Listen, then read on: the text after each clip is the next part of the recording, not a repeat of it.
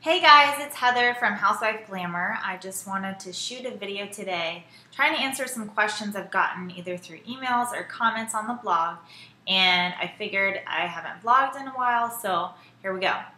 Hi Heather, I've never been a runner, but I have a goal of running a 5K and don't know where to start. I can barely make a mile before having to stop and walk and want to know if you have any advice for building up endurance. That is a great way to start this video because I also consider myself a beginning runner.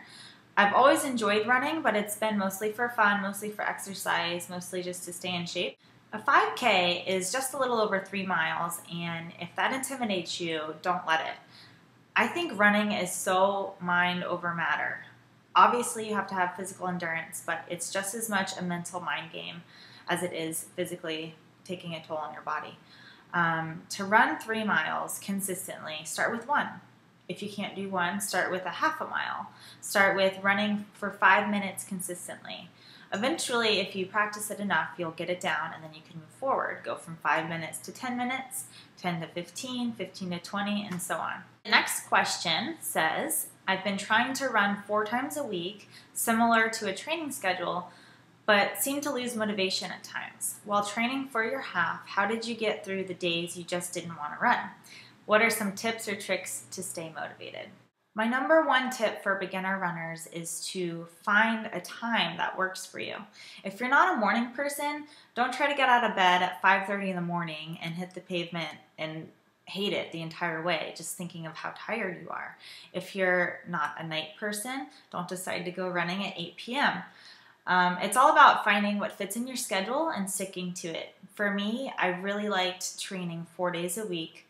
So I would take Mondays and train, Wednesdays, Thursdays, and Saturdays. I wanted to keep Sundays free because I feel like that's a rest day and I get a lot done that day. Go to church, come home, do laundry, all that kind of stuff. So I didn't want to worry about running if I didn't have to. So it's all about getting in a routine or schedule that works for your schedule personally. Things I do on a daily basis. If I'm running super early in the morning, I go to sleep in my running clothes so that when I wake up, I'm already in my clothes. So you're kind of halfway there. I feel like for working out, half of the battle is to get ready for it or prepare yourself so that you feel like you have to go because you've already put in effort for it. For example, I am going to run after I'm done filming this video. So you notice what I'm wearing. Running clothes. I have my running shoes on because if I didn't, I would be very tempted to just go back to whatever I was doing and totally blow it off. But again, like I said, being dressed and ready to go is half the battle. Bring a set of clothes with you. Bring your running shoes with you so that wherever you are, you can just change quickly and go from there. Another tip is to make sure you stay hydrated.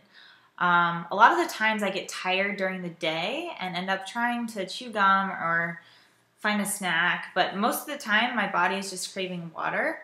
So I've realized if I drink enough water, 8 glasses a day at least, I tend to have more energy throughout the day, and then I'm a little bit more motivated to go to the gym or work out.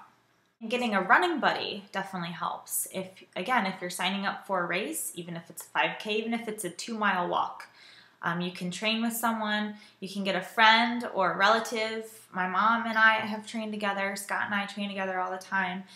It's a lot easier to blow off a training day if it's just you, but it's harder to skip a run if there's someone else depending on you going with them. So for that reason, I try to plan my runs out ahead of time, and at least once a week I try to run with someone else who I know is going to depend on me being there. Okay, this is going to be my last question because I realize I'm rambling on and on. Do you get a lot of pressure in your chest while you're running? Or at least in the beginning, did you? I'm still trying to perfect my 1-mile run, but I feel like I can't get anywhere because I have to stop for a second every so often. The pressure in my chest is too much to keep running, so I have to walk for a second in order to keep going.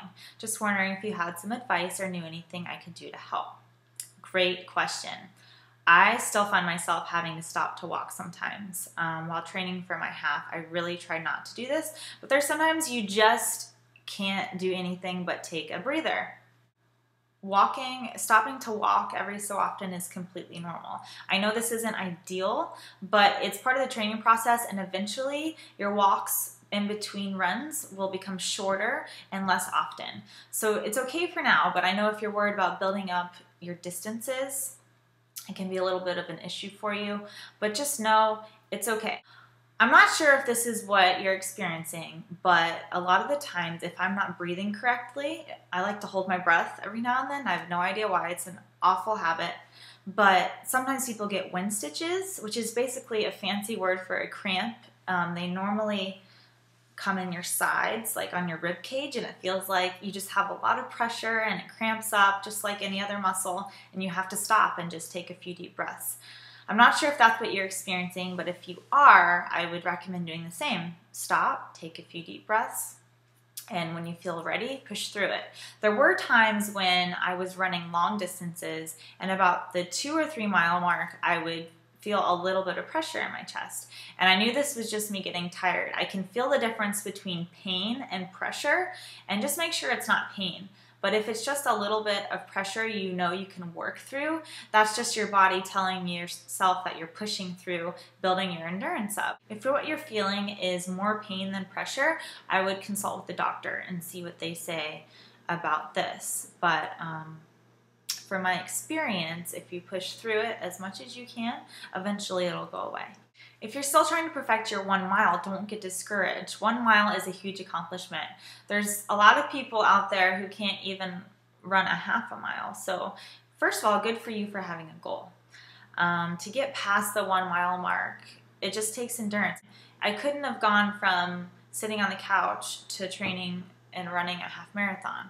I had to take little baby steps, just like training for a 5K, like I mentioned earlier. Listen to your body, take it one step at a time, don't get discouraged, and just keep going. Thank you for sitting through that long video and getting through my first Q&A session. If you have any questions at any time, feel free to email me at hwglamour@gmail.com. Leave a comment under any one of my posts, or Twitter me. It's at HBS Hessington, or even on my Facebook page, which is Housewife Glamour. Hope you guys have a great weekend, and I'll see you soon. Bye.